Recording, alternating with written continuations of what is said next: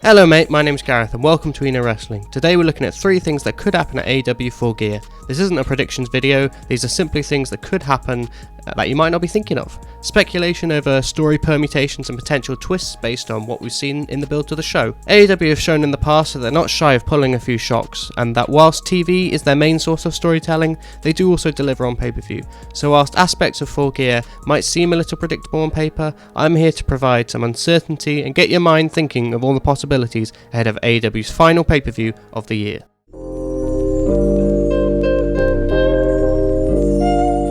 First up, the Cody Rhodes saga. Some hate it, some love it, everyone is confused. Many think that despite Cody saying, "I hear you, but I will not turn," that what he was actually doing was misdirecting fans, the key part being, "I hear you. I hear your complaints, but my character would not just turn. My character has to think he's the good guy in order for this to work."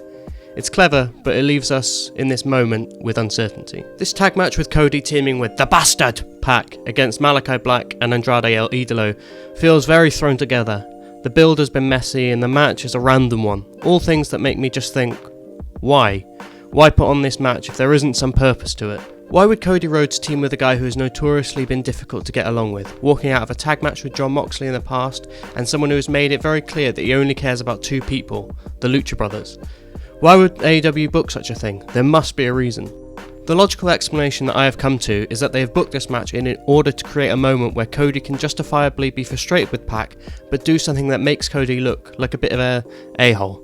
What exactly? I'm not sure, but something that presumably costs his team the match and also screws over Pac at the same time. If Cody's slow burn heel turn is in fact in the plans, and I'm not just reading too much into this situation, then it is crucial for his character to believe he's in the right, even if he's doing something wrong. So teaming him with someone like Pac, who treads the line of heel and babyface himself, is perfect. Dare I say, chaotic genius. I'm not sure if there's anything to this. Cody has done a great job of working me regardless of what happens with his character. But if something like this does happen, if Cody does do something, then we know they've booked this random match for a reason.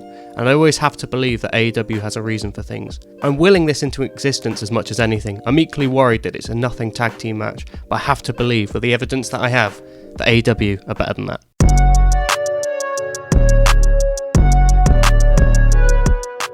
Eddie Kingston and CM Punk are 2 of the pettiest wrestlers around. It's part of what makes them both exceptional heels, but also so endearing as babyfaces, partially as they both have the charisma to make something out of very little. Eddie Kingston vs CM Punk has been brilliantly built, and all it needed was a petty source of conflict, a segment of the year contender face-off, and another backstage encounter to sell the animosity between the two and justify their pay-per-view match. It's truly scary how good these 2 are on the mic. They crap out authenticity, they're both so likeable, but they also both have a dark side which they're more than willing to go to when it's time. This, as far as we know, is a babyface versus babyface match, but that does not mean there can't and won't be any shenanigans in it. Now, this is less of a reasoned, analytical suggestion for a story beat and more straight up fantasy booking, but please indulge me for a moment. This feud has centred completely around the microphone, from Eddie interrupting Punk's precious interview time to the promo battle where Punk called Eddie a bum and Eddie antagonised Punk by bringing up his 7-year absence. For a feud built on the microphone, how poetic would it be if Eddie beat down Punk, but instead of going for the pin, he grabs the mic and starts laying into Punk, verbally instead. Eddie has said that he doesn't care about winning, and this is more about proving a point for him. Then, Punk can reverse that microphone on Eddie, hitting him in the head and getting a near fall. I think he leaned too much towards is CM Punk a heel now if he wins with that move, so Eddie can kick out and Punk can put him to sleep and then win the match that way. I think a spot like this would be so in keeping with the story being centred around the microphone, and it also allows Punk to sprinkle in some more hints for his eventual heel turn down the road. I don't know, it's fantasy booking, let me know your thoughts in the comments. I think it would be an awesome way to protect Eddie, tease that Punk heel turn and keep that motif of the microphone alive within the match itself.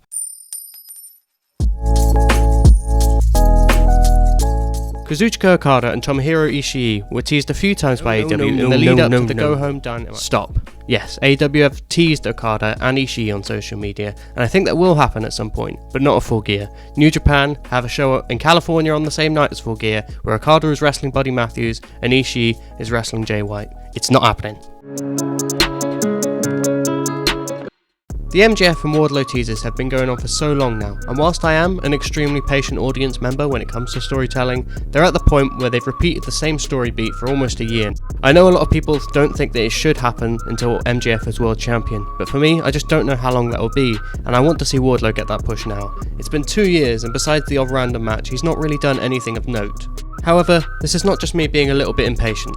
There are clear signs to suggest that even if it's not a Full Gear, Wardlow is ready to turn on MJF any second now. In recent months, the tensions between Wardlow and MJF have been laid on extremely thick.